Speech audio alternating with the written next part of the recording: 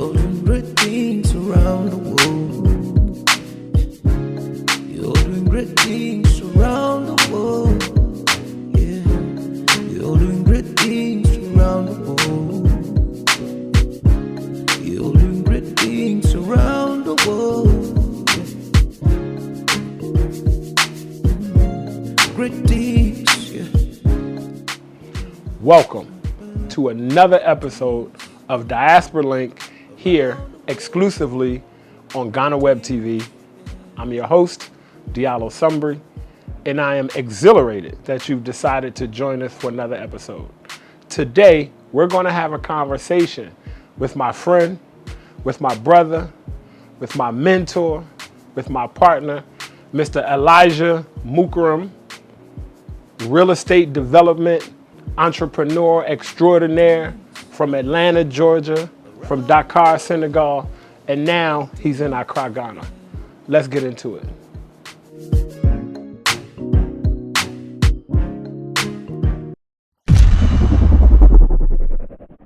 I am super excited about our guest today on Diaspora Link. So without further ado, we're going to dive into choices so we can get into this interview. My guest today, Elijah Mukkram, my brother. Yes, sir. So this is how we're going to kick this off, bro. Like, look, don't be, it's really simple. Choices. I'm going to give you two. You choose one, tell me why. Okay. Really simple, right? Now, you just don't know what the choice is going to be. Right. But I'm going to give you two. You tell me why. Okay, go ahead. Okay. Yassa Poulet or Chebujin? Yassa Poulet or Chebujin? Chebujin. Chebujin. Why Chebujin over Yassa Poulet? I like the fish and rice. It's just the national dish of Senegal. Okay. It's just delicious. I love it. Okay. For those of you who don't know, Chebujin is the national dish of Senegal, and Yassa Poulet is probably the second running. One of my favorites. Right. It's the second national dish of Senegal. Mm-hmm. All right, here's another one. Atlanta or Senegal? Whew. I'll be laying it on thick, don't I? Atlanta, look, you ain't gonna be able to go back to one of them. Just choose one and tell me why. Senegal. Senegal. Why Senegal? My heart is there. Your heart is there. Okay, that makes a lot of sense. All right. How about this? As a man from Atlanta, right? Mm-hmm. And I know you grew up and you understand some sports. Even if you're not I ain't a big sports fan, but if you're a black man growing up in America, you familiar with sports. Mm-hmm. Basketball or football? Basketball. Basketball all day? All day long. No question? No question. Why is that? I actually played football. I played basketball. Anybody look at me and say I'm a football guy, but I just love playing basketball. You enjoy basketball I enjoy a lot basketball. More. Personally, I really enjoy it a lot more. Okay. Yeah. All right. How about this one? Okay. You've been in Ghana a few times, right? Yes. You know, you've been here and out. You've had the different Ghanaian food. Yeah. All right, go ahead. Like what this guy gonna say? Wache versus Jollof. Ooh. Wache. Wache. Yeah. Hey, why Wache? Wache is different for me. The jollof, I can get you it from almost. Senegal. You can get it Yeah. You from the yeah. originator. Yeah, okay. yeah. Okay. Well, I Ghanaians, don't be mad. No, we all don't know say that that. Jollof was from Senegal. That's the first Jollof is from Senegal. It's just a fact. Don't be mad at me. But it's a war going on. The Jollof thing. It's a real thing. Jollof wars are serious. Jollof war is real. But Wache is so different. It's so unique. I can't get it anywhere except, I haven't had it anywhere else except Ghana. Mm-hmm. And it's delicious. I love it. Okay. Yes, okay. sir. Very cool. Okay. Last one. Mm-hmm. Business in America or business in Africa, and why? Whew. So, business in Africa. Why? I just like the impact. Done deal. Makes sense. Yeah. No explanation needed. Yeah. Ladies and gentlemen, every day we make choices. Even without thinking about it, we all make different choices every day. The point is, our choices that we make shouldn't further divide us. They should only serve to provide clarity for each other to bring us closer together. So don't forget that every day you're going to make a different choice to somebody else, but don't let that choice separate you. have that choice bring you together. Now, before we get into the interview, one more, we're going to go to top 5. This is what we call top 5, my brother. Okay. I know I'm hitting you over the head today. I'm going to hear about this when we get off camera, ain't I? Man, this is rough. Okay, top 5. I'm going to give you Okay. 5 categories. You choose one. Okay. First one, give me a favorite book. It could be a favorite or just a book that changed your life that you want to share. Okay. Napoleon Hill, Think and Grow Rich. Think and Grow Rich. That Yes. changed your life. Yes. Okay. Is this something that you revisit Yes. all the time? About every 5 years. Every 5 years? Yeah. Okay. Next, favorite food. It could be a dish or a type of food. Okay. My favorite food Of all time. of all times, no joke, is groundnut soup here in Ghana. Ooh. Really? Wait, did you have groundnut soup in Yame Betcha Day when you came? Next time you come, bro, I promise you we got the best groundnut soup in Ghana. I said it, all of y'all. Naomi's Fire Pot. Best ground. Look, I'm using this as an advertisement. I'm holding you to that, too. I got you. I'm holding you to that. You know Okay. I got you. All right. Okay, bro. Favorite sport? Boxing. Boxing. Yep. Head over heels boxing. Boxing. Is boxing big in Atlanta? Huge. I didn't know that. Fight town. Any what boxers come out of Atlanta? Oh, man. Don't put me on the spot no, like that. but any heavy, but I don't. Don't put me. But it's a heavy fight town. Bro, Holyfield. Evander Holyfield. Okay, there you go. Hometown. Say less. Say less. Say So less. I saved myself. I redeemed myself. Evander Holyfield. Say less. Every, Hometown. Real deal Holyfield. Real deal Holyfield. Straight That's out of it. Atlanta. Straight out of less. ATL. I got you. Favorite place to vacation in the world, whether it's someplace you already been or someplace you want to go. Brother, hands down, Morocco. Fez, Morocco. I said it. Fez. Fez, Morocco. Fez. I think you told me about Fez before. I need to get there. I'm just telling you. Fez, Morocco. All of Morocco is special, but Fez is the heart of Morocco, Okay. for sure. Okay, Fez, Morocco. Yeah, that's the secret. Okay, bro. Last one. Favorite musical artist across all genres. Look, it don't really have to be your favorite, but if you had to choose one, like I'm putting you on the spot here. I know how hard that is for us black people because we got a lot across genres. Give me one. I'm ashamed to say it, but I'm listening to Little Baby.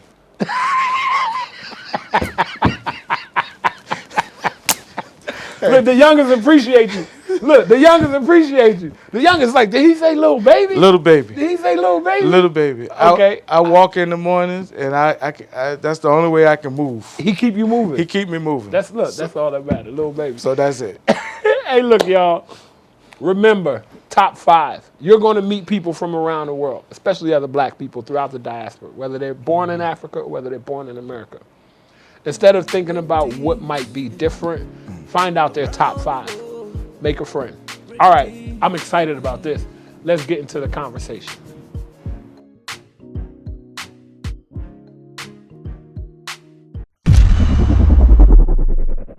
We are back with another exciting, wonderful episode of Diaspora Link with a friend, a colleague, a mentor, and somebody I know in real life right here, Mr. Elijah Mukkram. Elijah, my brother, Yes, sir. welcome. Peace, brother. How you doing? I'm doing wonderful. How are you? I'm good, man. Listen, first of all, I'm happy that I caught you, even though you kind of passing through, but I'm happy that I caught you here and that you graced us with your presence on the show. Yeah. So I appreciate that. Yeah, thank you, brother. Good to be here. Yeah, oh, of course, of course. So tell us a little bit about Elijah Mukkram, right? Like, I know you. They don't know you, right? I know your story. Yes, sir. You know, you ain't gotta be shy here, bro. It's me and you. Okay. It's me and you and a million other people. Okay. So No problem. So because you're a man of the soil, Yeah. like myself. Yes, sir. We here on the African continent. Yes, sir. How did you get to Africa? Your first country? Just give me the story. Well, I was blessed to visit Africa for the first time 20 years ago, and I was a guest of Sheikh Hassan Cisse, who's since passed on, in Senegal. Okay. I was in the U.S. and he invited me. He helped me a lot in the U.S. Our time was too short, and then he invited me to join him in Senegal for an annual gathering they call the Gamu. The Gamu. They call it the Gamu, but people around the world know it as the Maulid. The Maulid. Yeah, it's a celebration of the Prophet Muhammad's birthday. Not his birthday, but his life. His life. Yes, sir. So Senegal was the first African country that you visited? Yes, it was. Okay, now you said that he helped you a lot. He helped me a lot. You said that he invited you. Yep. Now, had you met him before you went to Senegal? I met him in the U.S. You met him in the U.S.? In Atlanta, Georgia. Okay. But we had a brief meeting. It was so wonderful. His energy was so powerful that, you know, I wanted more time with him, but his time was up. Got you. So I made the trip, you know, to Senegal. And it was an amazing trip, first trip, and I never stopped going since then, 20 years ago. This was 20 years ago? 20 years ago. Now, were you born and raised in Atlanta? Born and raised in the ATL. Born in Atlanta. Now, hold on. Atlanta or Atlanta. Douglas or No, Atlanta. Atlanta. I heard that one before too. I was born and raised in Atlanta, Georgia, on the west side. On the west side? West End. On yes, the west sir. end. Because, you know, people a lot of times be asking me, they be like, you from D.C., you from Maryland or Virginia? I'll be like, D.C. proper. Proper, yeah, I understand. Inside. Me no too. taxation without representation. Exactly, sir. Me too, Atlanta proper. So born and raised in Atlanta. Yeah. Grew up, whole life. Whole life. Whole life. Never moved anywhere else in the U.S. Still based in Atlanta. Primarily, my family is there. Okay. That's my base in the U.S., Atlanta, Okay. Georgia. Yes, sir. Okay.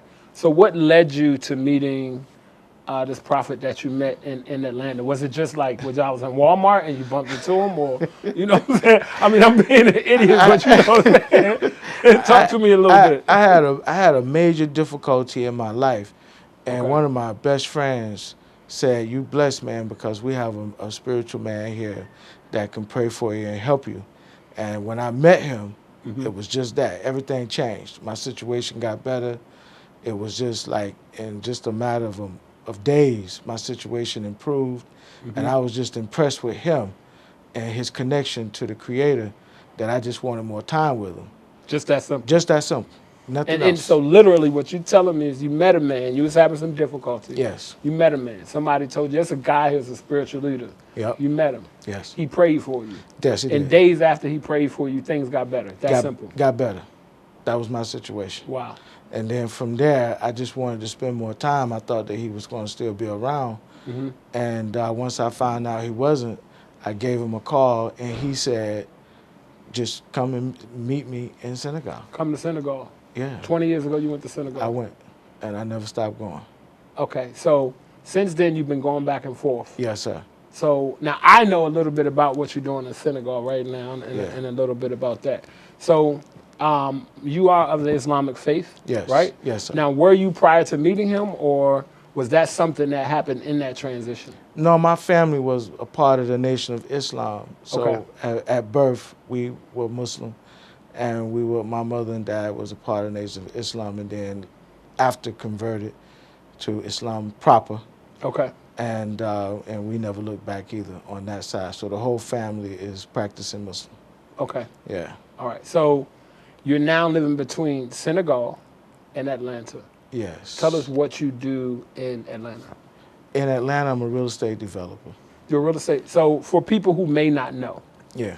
I think development is a little bit more than buying and selling houses. No, it definitely It's is. a little. Tell us a little bit about real estate development in Atlanta and what you do there. So our number one business is buying land. Okay. It doesn't have to just be land. It could be communities, changing communities, repurposing communities, offering vision to community life. That's a part of development. It's mostly vision first. The way you see adding value to communities. As we know, African American communities especially need to be reminded of our value. Right. And bringing that value up. And so that's our goal. You know, we come to a community, whether it's building or whether it's just planning. That's what we do with a community. So we may buy land, we may partner with different land owners. That's a big program for us, partner with land owners, giving vision to that land and bringing that value up for ourselves and that landowner, whether we actually go out and develop that land or sell that land. Everybody understand what's the value of that land at that point. Okay. And we're doing the same thing in Senegal. Right. Nothing changed. So in Senegal, we do the same program. We partner with landowners.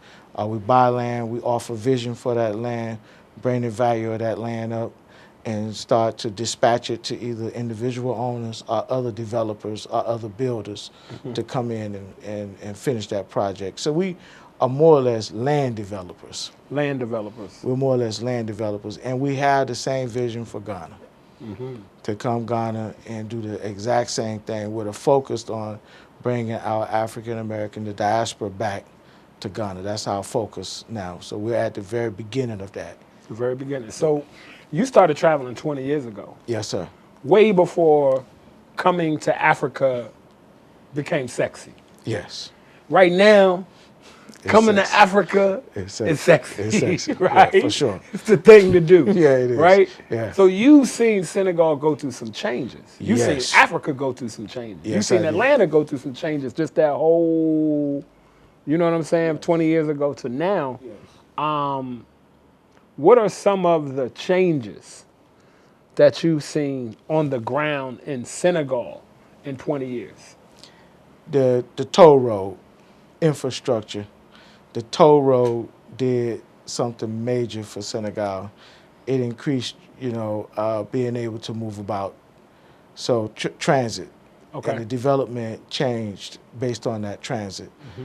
Being able to move from one location, from Dakar to anywhere in the country, changed the game for Senegal a lot.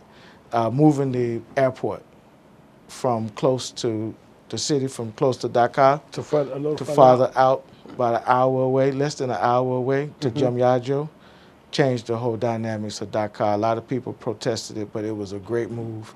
The leadership did a great job of, the vision was right on point with that. It just helped spread the city out some because there was too much congestion. I'm feeling that same thing going to happen here in Ghana. Too much congestion, so the city has to spread out a little bit. And that's where the opportunities are for people like myself, land developers. When you see this type of congestion, for us, it's opportunity. Right. We just need for government to do their part with infrastructure, and then we can go out and pick the right locations, the right pieces of land, and be ready for that improvement, that movement to come our way. To come out for you to be able to do what it is that you do in Ghana. We say, as developers, we say find out which way they're going and buy land. That's simple. So that's whichever way the road is going. Whichever way the people are going, and we want to buy land in that direction. Yeah, that's what we do. How have you seen? It's always interesting when I'm talking with people who, let me just say pre-sexy Africa. Okay. Because it's one thing to Pre-sex. come pre-sexy Africa. Pre-sexy, okay. It's one thing to come before the roads are built. Yeah.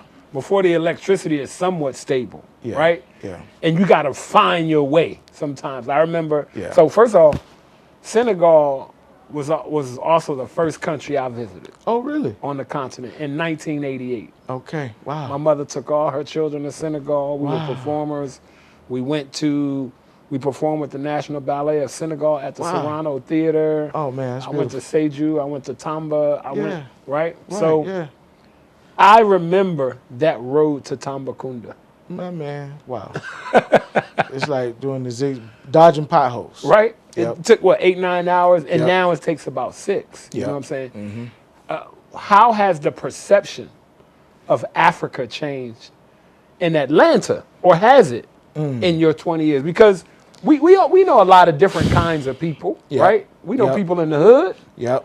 We know people in business. We know people Yep. in corporate. We know people in the African Center community. Yeah. How do you feel like the perception of Africa or traveling to Africa has changed from the Atlanta side?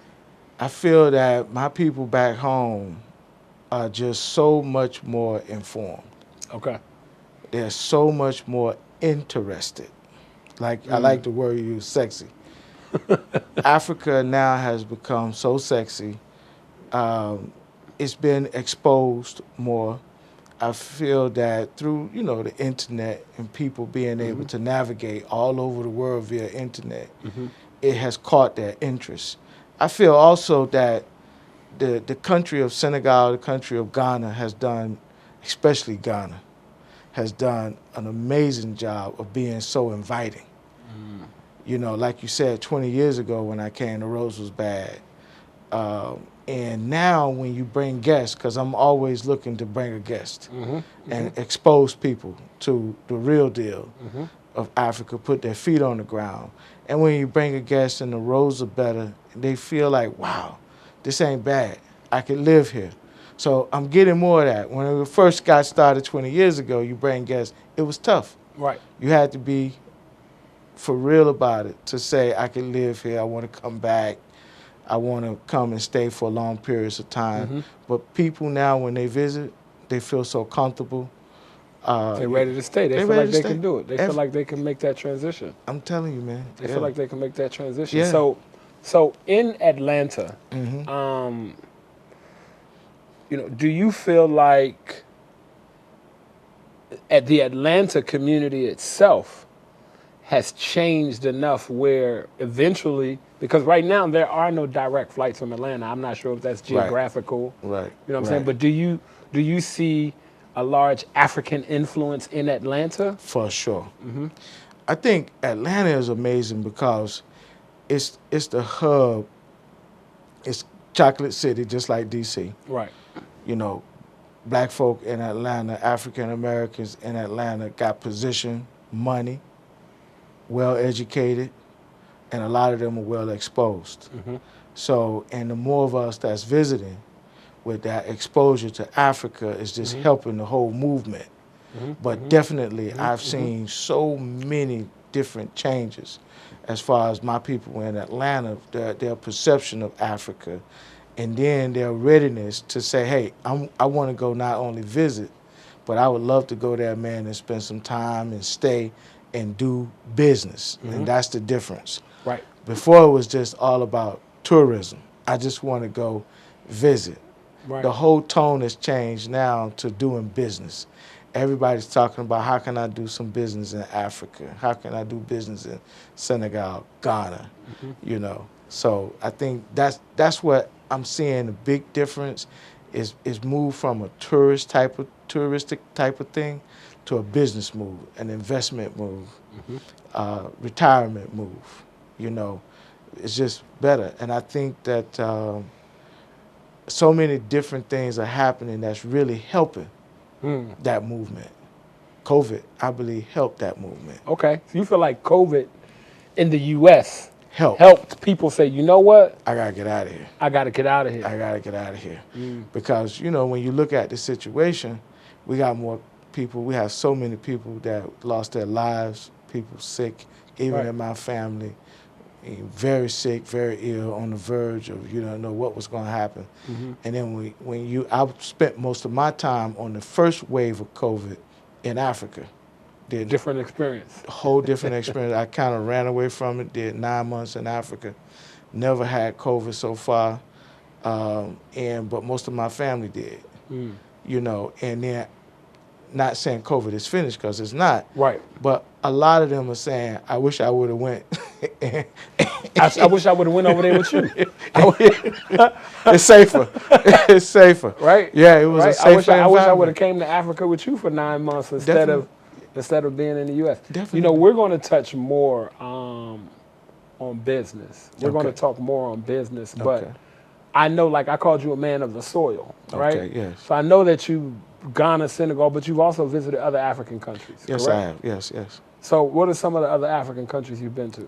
I've been to Kenya. I've been to Cote d'Ivoire, Gambia, Egypt. We don't consider Egypt. Sometimes we forget. You know, everybody people forget that. Yeah, like, how do people forget that Egypt is in Africa? Like, I've never questioned that. So, listen, before we go to the break, we're going to play a little game. You weren't expecting this, but we're going to see where you at. You tell me about this.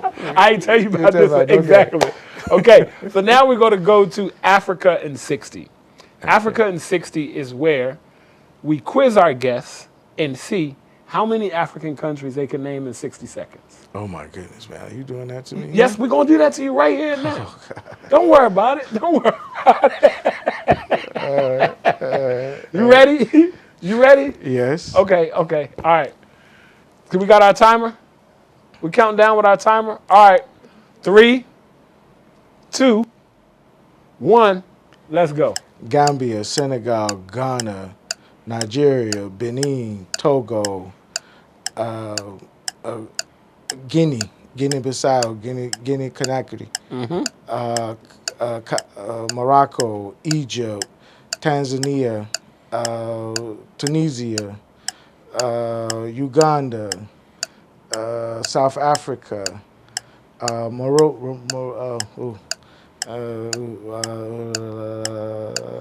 okay. Keep on going. We got some more time. You got north. What's on the southern part? On the southern part. Oh my goodness. Okay, so you also got Botswana.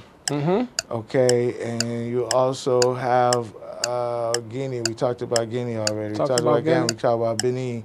We talked about Togo. We talked about a little island outside of Senegal, which is I can't give you Cape Verde. Cape Verde. Okay. Right. Cape Verde. Okay. And what about the east side? How many? 8. Okay. What's on the east side? On the east side, we got Uganda. We got Kenya. We got Rwanda. Okay, that's it. Bro, hey, look, man, hey, listen. You in the air there. Wait a minute. I got to get you now. You didn't get me ready for that one. You tricked me on that one. I wasn't ready. Listen.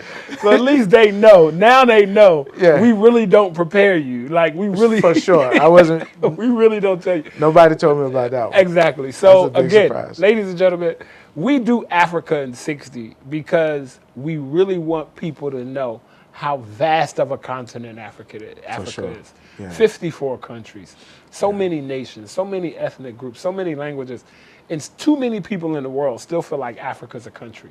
So we want to thank our guests for playing Africa in 60 with us. That's wonderful. We'll be right back after this, and we'll continue the interview with Brother Elijah Mukkram.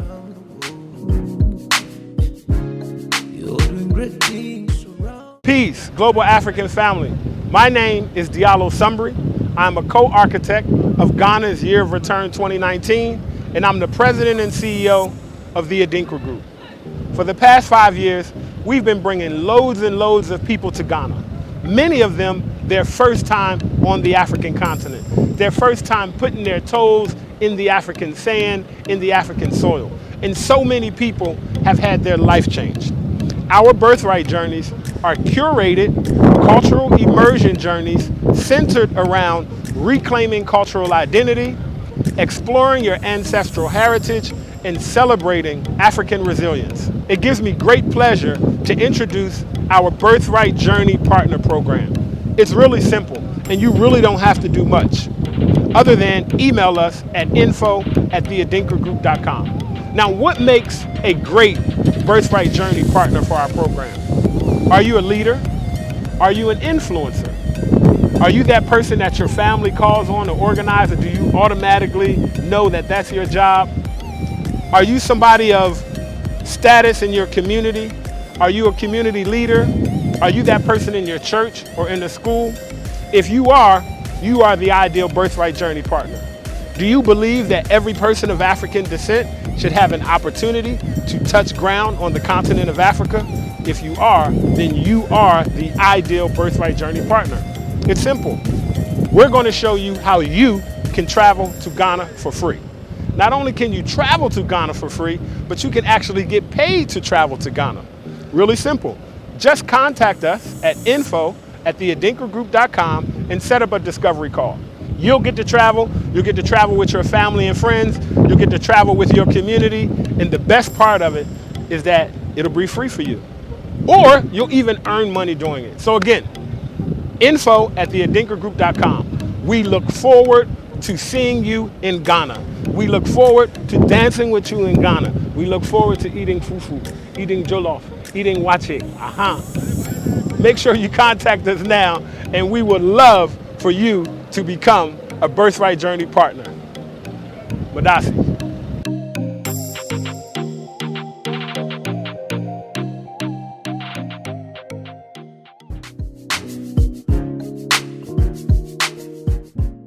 And we are back with our guest, Elijah Mukkram, here on Diaspora Link, exclusively on Ghana Web TV. Elijah, so, great job with Africa in 60. Like, we know how that blockage hits you, right? And just think about it, though. Think about how many people you may have run into or met in your lifetime who really didn't understand how large Africa is. I know, brother. It's kind of sad. You know? I mean, it's almost every day someone say, bring me something back from Africa. bring something back from Africa. From Africa? Which part of Africa? You know, I met a guy, my wife and I was at a party, we met a guy, he's like, oh, you from America? He's like, yeah. He's like, so you know Larry? And we just looked at each other and said, Larry from America? That's who you talking about? Like, it was like, bro, he's from Spain, but it was just like, you know Larry. Bro, Larry. Right. Like, I know Larry McCloud, I know my man Fats. Right. You know Fats, you talking about Fats or you talking about somebody else? Right. All right, so You know being Larry. a man of the soil, how has Africa changed your life? How has it changed your life in the trajectory of your life? Yes. So Africa made me global. And I'm so happy that it was Africa that made me global because it's a blessing. You know, we talk about, you know, our ancestors and what they prayed for. You know, it's so easy to get caught up in another direction.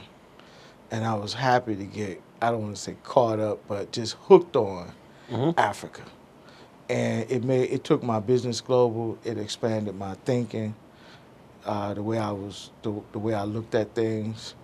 It let me understand that I had more than just one outlet, one location to express myself. That I could express myself in Africa, just like I said with the land development business. It's not just limited to U.S. It's not just limited to anywhere, but I was happy that Africa was my next step and my main step, probably the most important step in business that I ever made, the most important step in family that I made, just like your mother did with you guys. I did the same thing with all of my children so far. My last son just left Senegal studying, so he's the last of 7 that was there that came to study, that got introduced to the culture, got introduced to the language, and increased their religious footing. You know, so it changed my life. For sure, it changed my life, and it's what my people prayed for. Right. You know, they didn't even know how it was going to come, but it came. It came. It's a prayer. It's a prayer answered for sure. Listen, man, when you start talking about the power of prayer and just kind of what it does for you and how it changes the trajectory of your life, I'm a witness. Yes, sir. I'm a witness. Yes, sir. Ghana is a majority Christian nation. Yes, sir. Senegal is a majority Muslim nation. For sure. What are some of the misconceptions that people have about Islam in Africa, or that people have about being Muslim? What are some things that people just don't know that you could clear up? The first thing is that African Muslims are not violent people. They are peace lovers. Because a few always give all Islamic nations in Africa a bad rap. Completely bad rap, overhyped. You know, there's a lot of hype. I've traveled throughout Nigeria, all the countries that I named. Most of them I traveled in those countries and spent time in those countries, and I have never witnessed violence here in Africa amongst the Muslims. I've never had a conversation with anyone that was promoting violence, trying to influence me to be of a violent type of way. Only peace and love. Love first. You know, so that's what I experienced. Like I said, my first encounter with Sheikh Hassan Cisse. and it was all about love. He didn't know me from a can of paint, but he prayed for you. He prayed for me. And he took time out, and a lot of time out, and fixed my situation. So that was complete love, you know. So that love is what I connected with, and that's my whole connection to Africa, is love, you know. So out of that love, you won't find nothing but peace. Wow. Yeah, yeah. And would you say that if you lead with love, that's what you get back? That's exactly what I've been getting back. That's exactly what I've been getting back, Right. and it's tough, you know, but it's still so beautiful. Inside of all of that, we see the beauty of it.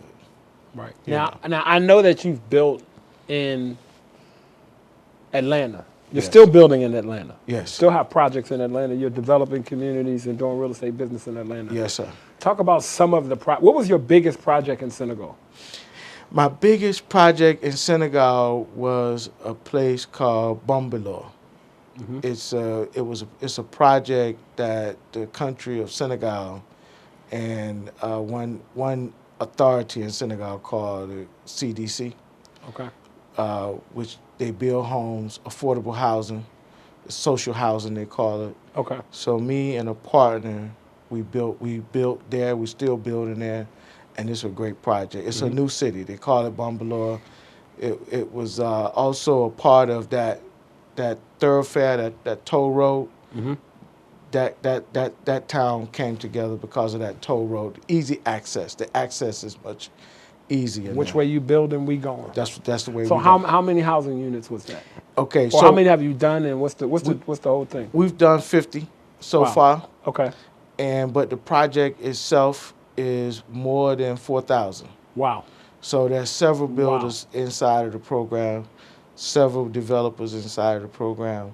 So it's a big project. That's a big project. It's a huge project. It's a new city. 4,000 units is a. 4,000. It's a Wow. new city. So how is the government of Senegal? We're in Ghana, but this is Diaspora Link. Sure, man. Right? And Sure. Yeah, we don't do that. I understand. No gangster. All of Africa, all of Africa is our birthright. I understand. Right? Yes, sir. Right? No, with no doubt about it. With no doubt about Yeah, it. Is the government of Senegal in general Yeah.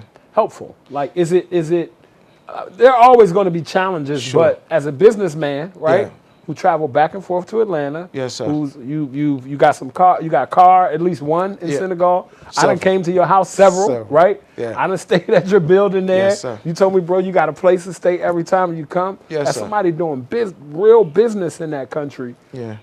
has that invitation extended to you feeling like I'm really welcome here? For sure. Okay. It's home. The government is very easy to get along with. They protect their people. They protect their rights, their properties.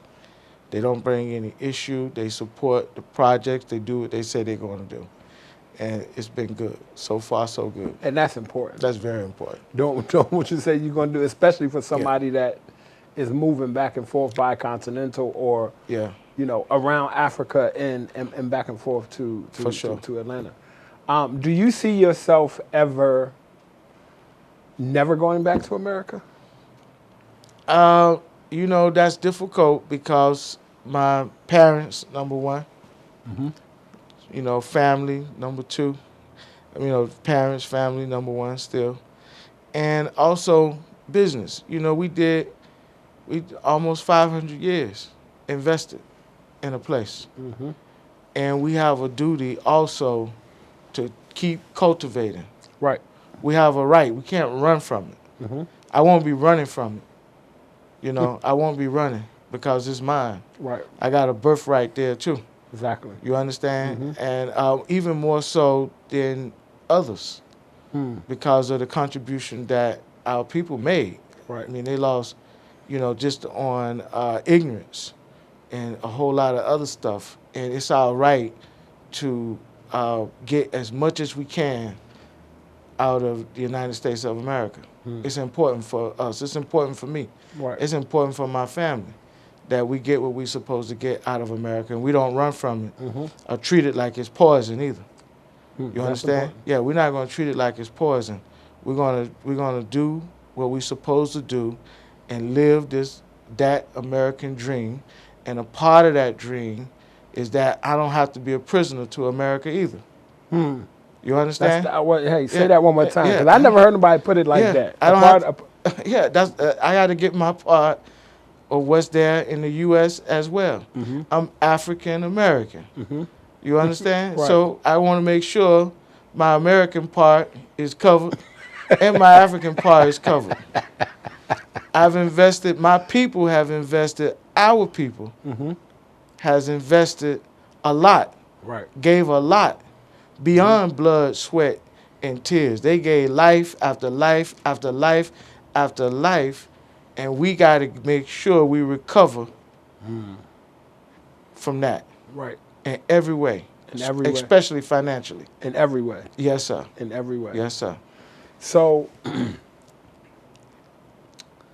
what do you say, or what is your idea of, let me change that around.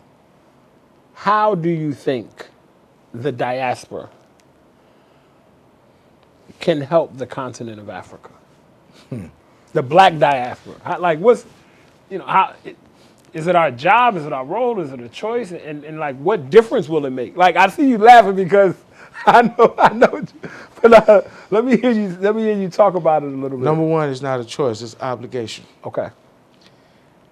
Me, I know it sounds crazy, but if it was up to me, if you was African American, I wouldn't allow you to travel anywhere outside of America unless you go to Africa first. As a requirement. As a requirement. Before you go to the islands, before you go anywhere. Anywhere. You got to go to Africa first. First. Wow. Talk about that. Because understand that it's that boogeyman. We've been psychologically tripped out that Africa was, I don't even want to say it, it's embarrassing, a jungle. Right. They got roads, running water. It's ridiculous. That's how bad it is. It's like you so well educated on everything except yourself. Wow. Overly educated. On everything except your natural self, who you are, where you're from. They say if you don't know where you come from, you definitely don't know where you're going. Right. So we have to let you go where you come from before we can. First. Ain't leaving, no passport stamps, mandatory. Mandatory. I love that. I'm just telling you. That should be first for us. I love that. And so it should be shameful if you're well traveled. We the only group of people that you can find well traveled but never been to Africa, never put a foot on the continent of Africa. You know what's so crazy, bro? It's so many places that I want to go. But I haven't, because every time I'm using my passport, you come to Africa, and I gotta buy a ticket. 9 times out of 10, I'm like, let's go to Europe. But there's so many African countries I haven't been to. Yeah. It's just me. Yeah, sure. And I'm not judging people who haven't, right, but sure. it's just... Sure. Same here. I feel the same way. Like, I feel bad because I listen to people, I talk to them, and they say, I'm trying to see where I'm going for vacation, and all I keep saying is go to West Africa. That's where you're from. You're going to enjoy yourself. You're going to make another type of connection. It won't just be for taking pictures on the water. How many beaches you've been to? Right. But how many times have you been visit a place where your people are from? Because, when we do our ancestry, we got all kinds of mix up in there. Right. You know, same thing here when the West Africans and other people, because, but we definitely got all kinds of stuff up in there. Right. And we should just come here and put our feet on the ground. We have to. It should be mandatory. You shouldn't be able to travel nowhere else. I agree. I said it. Hey, look, I got your back. I got your back, bro. Yeah. I got your back. Even if I just hadn't thought of it. Even if you just do a 2-day layover. But you got to come here first. But you got to come here first. No. We got to get that out of you. You got to get that. And then you can go anywhere else you want to go, you can go. But come here first. You know what? And it's some. Yeah. Some of these people, we going to make them spend 2 weeks, 3 weeks.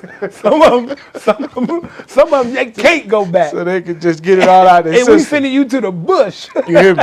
Right. Get you straight. We got to straighten you out, bro. We got to straighten you out. We're going to send you to the bush. And you saving lives. because But see, and they don't know that. Yeah, That in a lot of ways, you saving your. I've saving. yet to find somebody here, like even people who've chosen not to come back. Right. They still found their magic here. They did. They did. And most of them, if they admit it, they running from this thing that's pulling them. If they're really willing to admit it, they're running from this thing that's pulling them. So you made a name for yourself in Atlanta, right? Because and I got to tell everybody in the air this. We can't front where we from. We can't front. I met you through my boy, Yes, who sir. I grew up with in Trenton, New Jersey. You know what I'm saying? Who from Liberia. Shouts out to Moose, my brother. Trenton makes the world takes you. I know what to do. Yes, sir. And I got him to start coming to Ghana with me. He like, Yeah. bro, the last time I've been to Africa was years. He's like, you got to meet my mentor. And you remember that night I showed up at Yes, your sir. crib in At my Senegal. house. It was wild. And since then it's been on and popping, Yes, sir. right? Yes, sir. Beautiful. So I wanted just to say that here, Yeah. that it's been a blessing and it's been a pleasure. Yeah, same But here. you've made your name in Atlanta. Yeah. You made your name in Senegal. What's happening in Ghana? What we doing in Ghana? So, like I said, Senegal spiritually it took all of that time and all of this time. And still, I'm on my way there. I'll be going there the next few days. Right. It took all of that time that's just been my base. It's a forever journey, right? It's a forever journey for sure. And it's just that I just have to always keep touching that base. I feel like I got some superpowers that I get from there when I go and sit with that powerful energy there. So I'll never stop going. Right. In Ghana,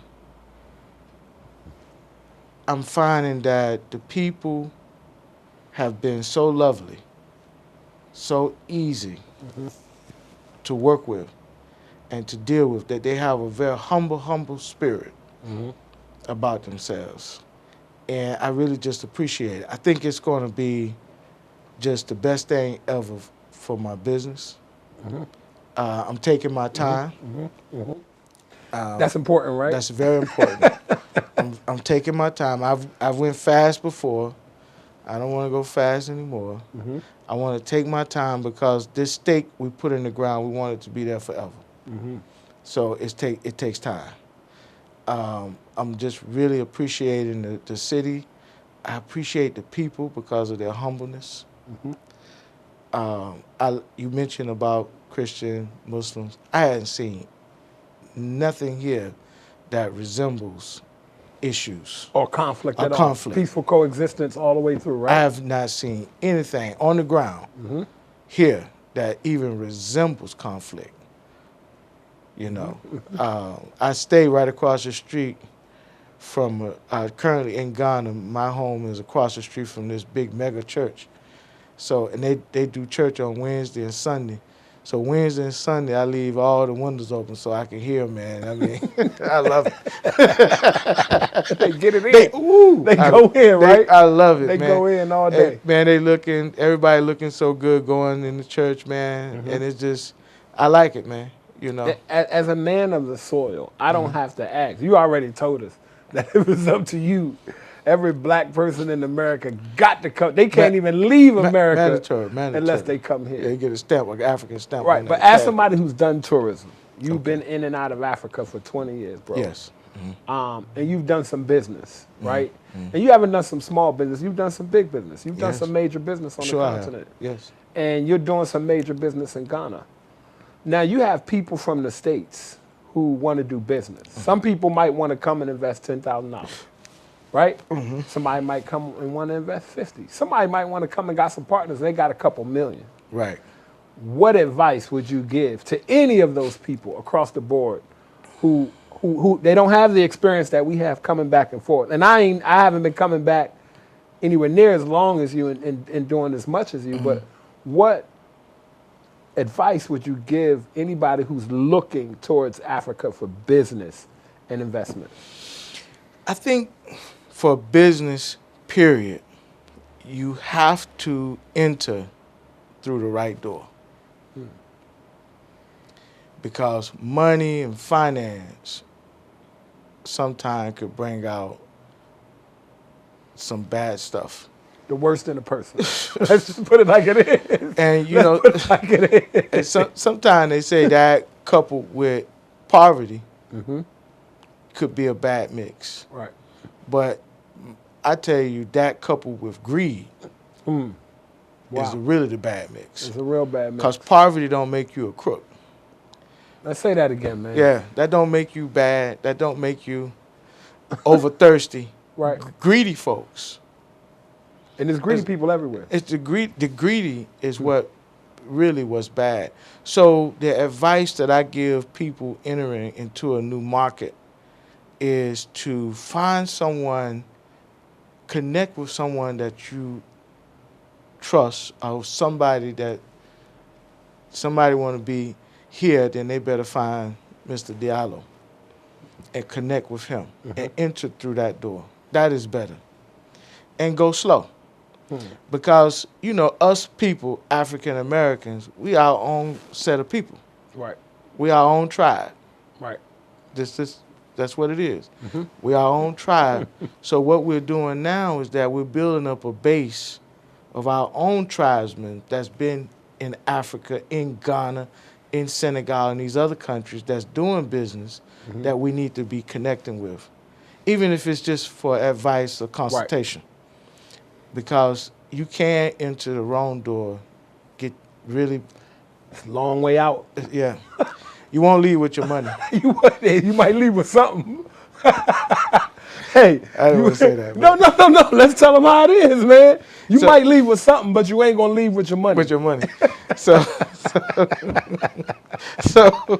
you know, you could make a solid investment and it would change your life because it's double digits in Africa.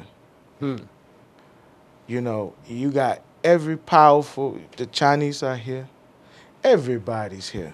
And they ain't going nowhere. They ain't going nowhere. They would have left a long time ago if it wasn't no money to be made. They ain't going nowhere. They digging deeper. They going harder. Wow. And it don't make no sense why our people, our tribe of African American, we got to make up our mind that we want to be a part of that movement. Because how did someone else beat you to your own town? Man, you know How what? did somebody beat you to your place? Man, How is that? Listen, my brother. Listen, man. What I told you in the beginning, I knew that this was going to be an interesting conversation because no matter how much we talk off camera about some of the same stuff, there's always something that different come out. Unfortunately, our time is up. But my brother, like I said, I appreciate you. Yes, sir. I'm glad that I caught you here. Thank you, bro. You know, on your way through and that you agreed to come. No questions. Yeah. Bro, I got it. I'm there. Yes, sir. I'm there. Thank you for sharing the real. Yes, sir. My brother, as always. Love you, brother. Yes, sir. Stay Love you strong, too, bro. man. Yes, Peace. sir. Peace. Thank you so much. Oh, man. Powerful conversation. Diaspora Link, exclusively on Ghana Web TV. You're doing great things around the world. I want to thank you so much for joining us for another episode of Diaspora Link here exclusively on Ghana Web TV. I'm your host, Diallo Sumbry. I hope you enjoyed this episode as much as I did. As always, we're going to leave you with some of our ancestral wisdom in the form of a proverb. Today's proverb is, the best way to eat an elephant that's in your path is to cut them up into small pieces. Thank you again. See you next episode.